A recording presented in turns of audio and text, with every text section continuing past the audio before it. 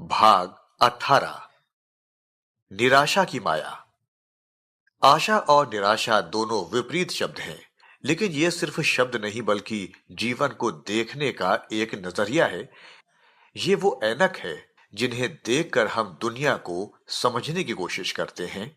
कोई आशा का ऐनक पहनकर बोलता है कि गिलास आधे पानी से भरा हुआ है, तो कोई निराशा का ऐनक पहनकर कहता है कि वो आधा खाली है।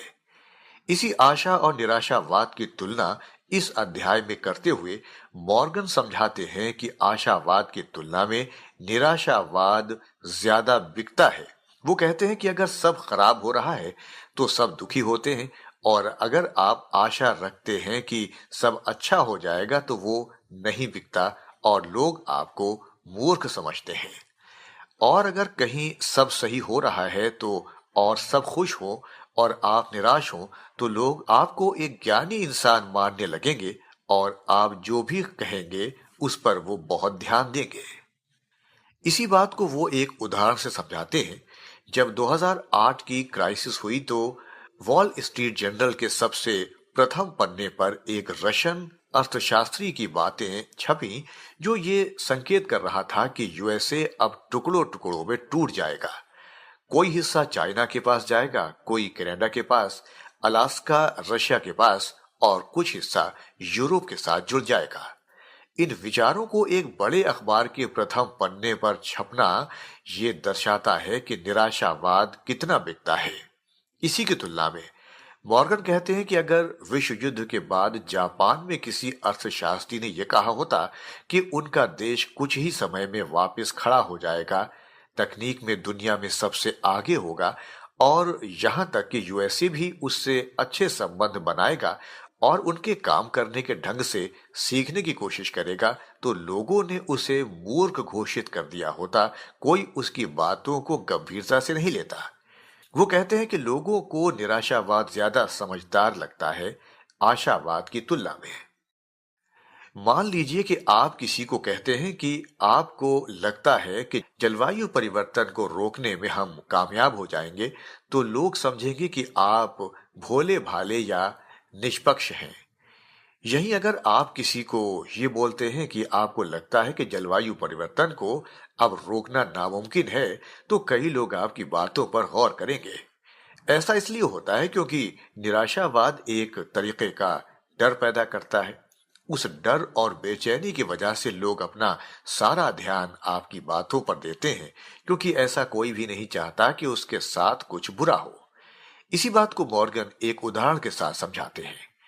वो कहते हैं कि अगर कोई उन्हें कहे कि उसे लगता है उन्हें भविष्य में पैसे मिलेंगे या मुनाफा होगा, तो मॉर्गन उनकी बात पर उतना ध्यान नहीं देते।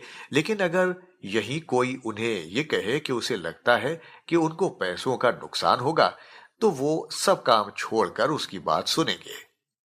लेकिन वित्त संबंधित दुनिया में ऐसा क्या है कि निराशावाद ज्यादा बिकता है आशावाद की तुलना में? वो कहते हैं कि इसकी 3 वजह हैं। पहला, कि पैसे हर जगह हैं। पैसे आज के समय में हर तरह के लेन देन में इस्तेमाल होते हैं और पैसे एक हाथ से दूसरे हाथ में घूमते रहते हैं। इसीलिए पैसों से संबंधित कोई भी बात हर इंसान पर प्रभाव डालती है। इसकी तुलना में एक तूफान से करते हैं वो। चाहे तूफान बहुत ही खतरनाक क्यों ना हो, आपको उसमें इतनी दिलचस्पी नहीं होगी अगर समंदर के पास नहीं रहते हैं और आप तक तूफान नहीं पहुंच सकता। लेकिन दूसरे हाथ पर पैसे एक कोने से दूसरे कोने में घूमते रहते हैं, तो उसका आपको प्रभाव न चाहते हुए भी पड़ेगा। दूसरा बिंदु है कि लोग आज के आंकड़ों के हिसाब से बिना ज्यादा सोचे समझे भविष्यवाणी करते हैं, लेकिन ऐसा असल जिंदगी में नहीं होता। वो कहते हैं कि कई बार हम आज के आंकड़े देखकर भविष्य के बारे में कुछ टिप्पणी करते हैं, परंतु इंसान जरूरतों के हिसाब से अपने आप को ढाल लेता है और इंसान उन प्राणियों में आता है जो अपने वातावरण में बहुत अधिक बदलाव लाने के काबिल हैं। इसी कारण बहुत सारी भविष्यवाणियां गलत साबित हो जाती हैं, क्योंकि इंसान अपना तौर तरीका ही बदल लेता है। 3, अच्छी चीजें होने में समय लगता है, परंतु बुरी चीजें तुरंत हो जाती हैं। हमने बर्फ का उदाहरण बहुत बार इस्तेमाल किया है, उसी पर वापस जाते हैं। हमने ये बात की है कि कैसे अगर बर्फ गर्मियों में नहीं पिघलती तो सर्दियों में ज्यादा बर्फ का निर्माण होगा। हर सर्दी में परत पर परत चढ़ती जाएगी, परंतु ये एक सर्दी में नहीं होगा। इसी के विपरीत एक गर्मी के मौसम में सारी बर्फ पिघल सकती है, या अगर कोई समुद्र का जहाज एक बर्फ के पहाड़ से टकराए तो उस पहाड़ का बहुत बड़ा हिस्सा टूट जाएगा, तो नई बर्फ के निर्माण की प्रक्रिया को धीरे कर देगा। इसीलिए हमारे लिए ज्यादा आसान होता है कि किसी बुरी चीज को देखना, जबकि अच्छी चीज को देखने के लिए हमें लंबे समय की जरूरत होती है। यही कुछ वजह है कि निराशावाद इतना बिका है, परंतु आशावाद नहीं।